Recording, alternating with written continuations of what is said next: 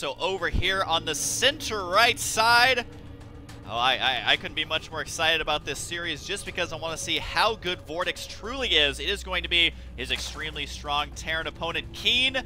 And over on the center left side, I was able to cast him last week, showing us some great games. But, you know, it's now kind of where he's going to have to really step it up, getting in the later and later stages of the tournament. It is indeed going to be the purple Zerg VortiX. And being brothers with Lucifron, you know, not really like a feat to have, I suppose, but something you should look at it as is that he's able to practice with one of the best Terrans as well. The European scene has, the European Battle.net has too. So he has the option to speak with him, not only to play. And I think that's going to help him a lot going up against KeeN, because Lucifron and KeeN play a very similar style, actually. They play very aggressive, they play drop heavy, multitasking heavy, and I think VortiX is going to be able to handle the heat a little bit here. Yeah, I mean, especially, I mean, it's not to take anything away from VortiX at all, but having basically his brother to talk with, to keep him calm. I mean, it's the same thing that Day9 and Tasteless have had in the past, where when you're in this tournament play, you have someone who can help you out, knows what you're going through, and can kind of keep you grounded, can give you tips between the games and all of that. So that's going to play a much bigger role than I think a lot of players are going to expect. It may also basically explain why his win rate versus Terran is so strong, because it's all about practice in StarCraft 2.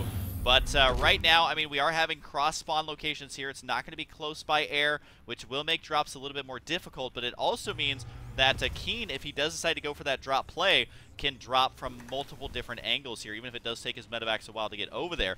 But right now, we do see KeeN looking like he could easily go for a 1 barracks command center here, and is this going to be safe for him here on this map? Yes, it should absolutely be safe here. And one thing I do love is that VortiX is a player that will drone scout every game, actually. So right now the drone is looking for a secondary barracks, potentially, making sure that the command center does go down. And that actually will help him in the long run in the best of 5, because KeeN is also not only just an aggressive player, and actually look how smart KeeN is doing. He actually waited for the drone to get moved out because of the Marine and then planted the command center down. Very smart there, just hiding a little bits of information. But as I was saying, in a best of 5, KeeN absolutely has a 2x planned. I would really be surprised if we didn't see one plan. But if VortiX is going to drone scout every single game, that's going to get nullified.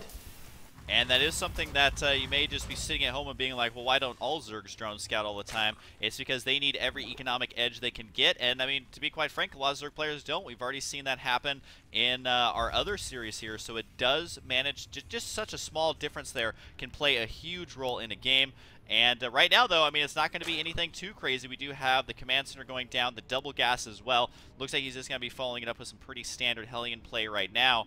But just 2 Zerglings going to be out here, and both players, I mean, I kind of feel like they're just feeling each other out in this series. They may not have a lot of experience versus each other, and they don't want to do anything too bonkers until they can try and figure out what's going to be thrown at them. And with KeeN not going overly greedy so far, he's going to have the Reactor Hellions out pretty fast initially.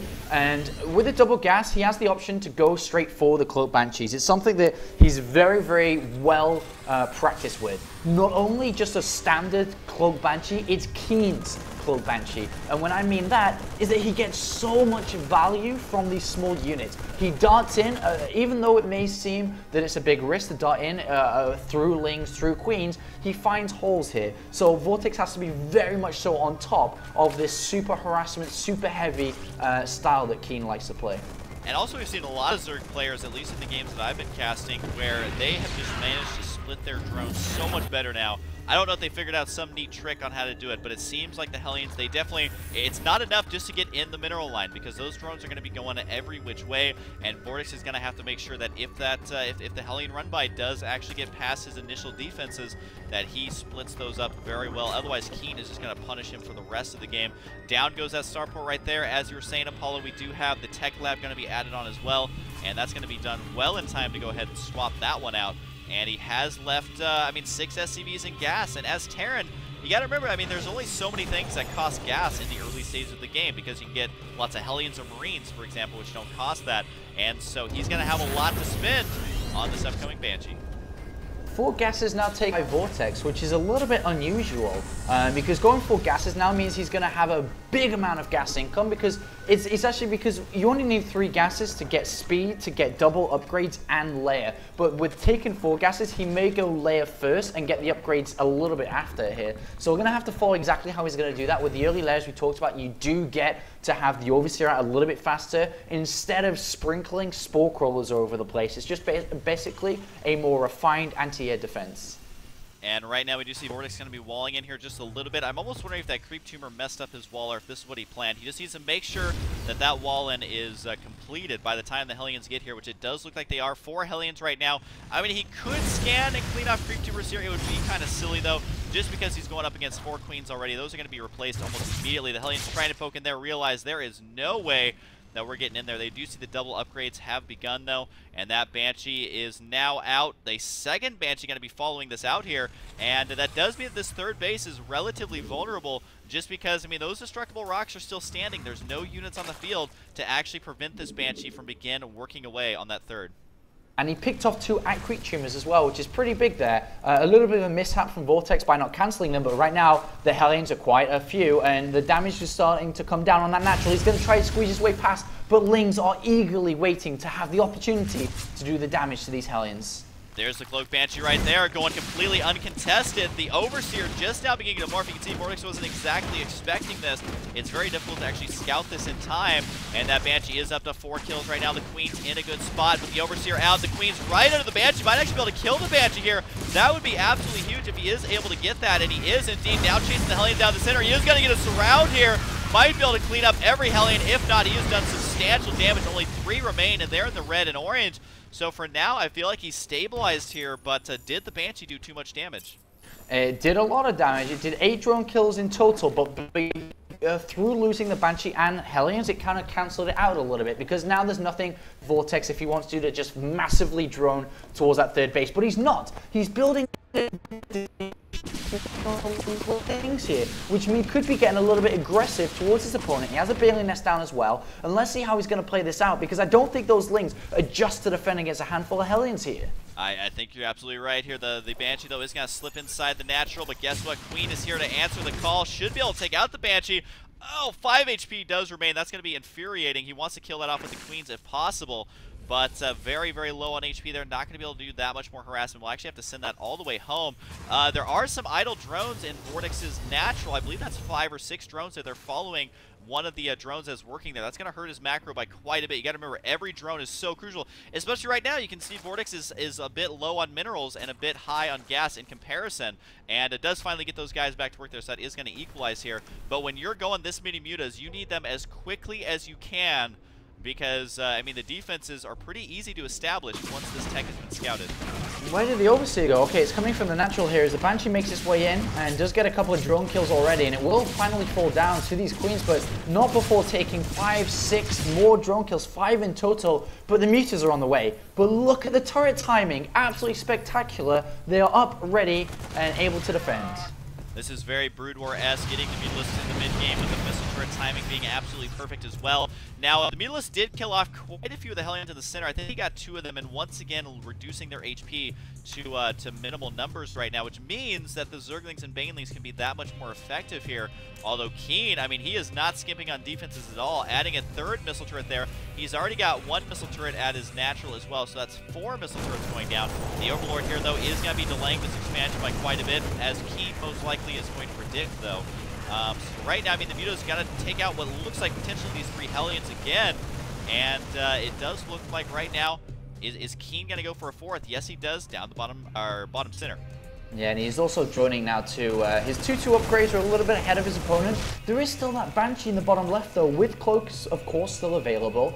He could still do a lot of damage, but I think he's forgotten about that Banshee unfortunately by that 3rd base. But right now 12 Banelings are being morphed here, Husky, and he may be getting a little bit eager to do damage around this 3rd base, so around these spare units out in the open.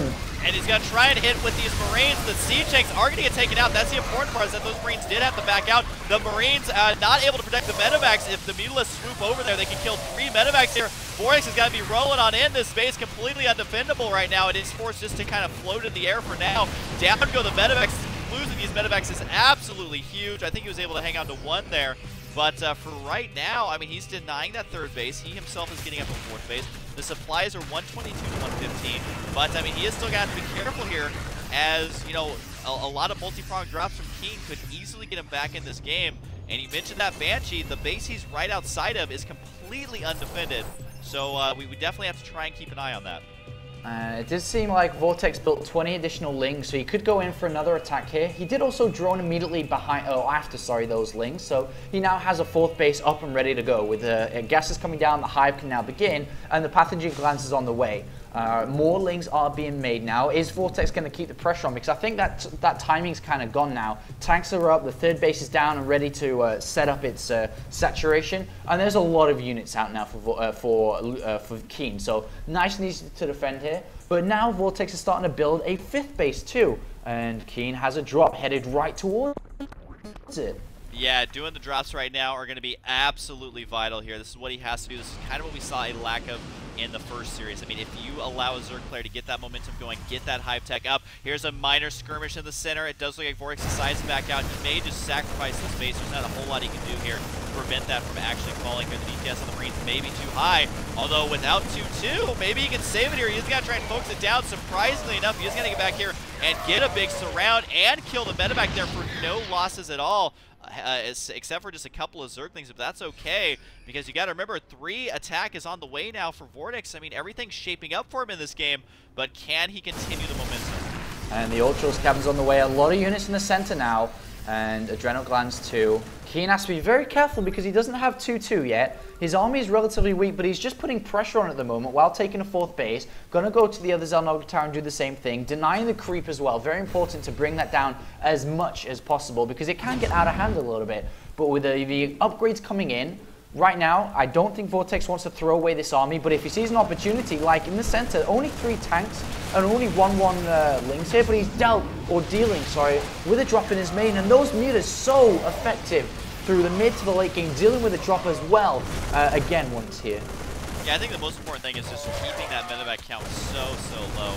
That's going to make the, you know, even if he does begin producing Marauders to deal with the Ultralisk, I mean, there's no medevacs to actually heal them right now. Another drop on the right side does finally clean up that base, but I mean, this is essentially, if you look at it, 3 drops to take out 1 hatchery, and that's not really going to be worth it, especially what's that right there. He's got to take the bite, though, and go straight for the center here, and I definitely think that this was an intelligent choice here for our Zerg player. He does back out a little bit prematurely there. Didn't want to take too much damage from those siege tanks in the back, but I mean, he has kept the army supply low. He's bought himself enough time to get Ultralisks, and there, I think he's kept this tech relatively hidden here, as the Ultralisk cavern, I think, may have been spotted in the main base, but either way, I mean, these Ultras are going to kick in, and we don't see any Marauders on the field here. No Marauders. He's not to fight against Ultras, by no means. Not even fully upgraded Ultras, so he's in a world of trouble now, and the army from VortiX not overcommitting to any fight. Has to be very so careful, does not want to lose unnecessary units there, but as the Ultralists come in, he is ready to rock and roll here, Husky, and the Ultralists are looking to kill absolutely everything. Rock and roll indeed. He is able to kill off those siege tanks right away. Only 1 tank going to escape. That's the only unit he has that does additional damage versus Ultras. Is he got to go for it? Yes, he is. He's bringing in the mutas. The Infestor showing up to the party a little bit late, but they are going to be able just to rush in here. He does get some of the bungles down, but is this going to be enough damage here? It looks like the answer is unclear at this point, as the Ultralisk count is still good, but there's no beefy Zergling mass swells here to help supplement this. So, I mean, KeeN may be able to hang on for now. Yeah, and it looks like VortiX is going to turn around and fight, maybe overextending a little bit here, but he has the option to back out with the fungals available, and it looks like he is going to head towards his 4th base, which is not a planetary fortress yet, but he turns around, eats a fungal, big fungal going down, and KeeN is just being worn down. In the background, the Great Aspire is on the way, 4 more Ultras on the way, and the Ultras are almost fully upgraded in just 20 seconds as well. Another huge fungal there on the army. There's the lings we've been waiting for to try and supplement this army, and that expansion now slowly turning into a planetary, but this expansion slowly turning into a dead expansion. If you get the fungals on the SCVs, he doesn't have enough energy. No, yes, he does right there. The last fungal can clean up so many SCVs. And you got to remember that you may be thinking, well, where are the reinforcements? Keep in mind that VortiX was saving up a lot of his resources to dump them into Ultras all at once, making 9 at a time. And even though he killed that expansion, he did leave that 3rd base here. But, I mean, really, VortiX is showing us why Zerg are so powerful on this map, just being everywhere, denying the drops, using the Ultras here. That Banshee's still in the bottom left, but I think he kind of missed his hour to be able to use that effectively here. But I mean, VortiX definitely way ahead at this point. Yeah, and he's got the Great Spire now. He's got +2 attacks on the way. He can easily transition over to Broodlords because right now, if you think about it, KeeN's in mode where, all right, time to get Marauders out, time to deal with Ultras, but easily Broodlords could be out. And VortiX ready to go, fully upgraded, fully ready to take this fight before 3-3 is ready for KeeN. And it looks like VortiX has played an amazing game here and is looking to end it in an amazing fashion. Yeah, I mean, there's really no other way to put it as these Ultras are marching into the production facilities now. And yes, Micro can help you a bit, but how much versus this many Ultras? I mean, he's still being resilient here, refusing to tap out just yet. The Siege tank was in a good spot. 20 kills on that tank before it finally falls. But that means that the expansion up here is completely vulnerable. I don't think there's enough SCVs to be able to repair that here.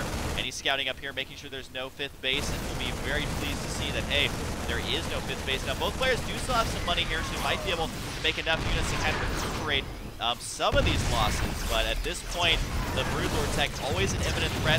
VortiX needs to make sure not to stay on Ultras for too long, but has begun mixing in investments once again.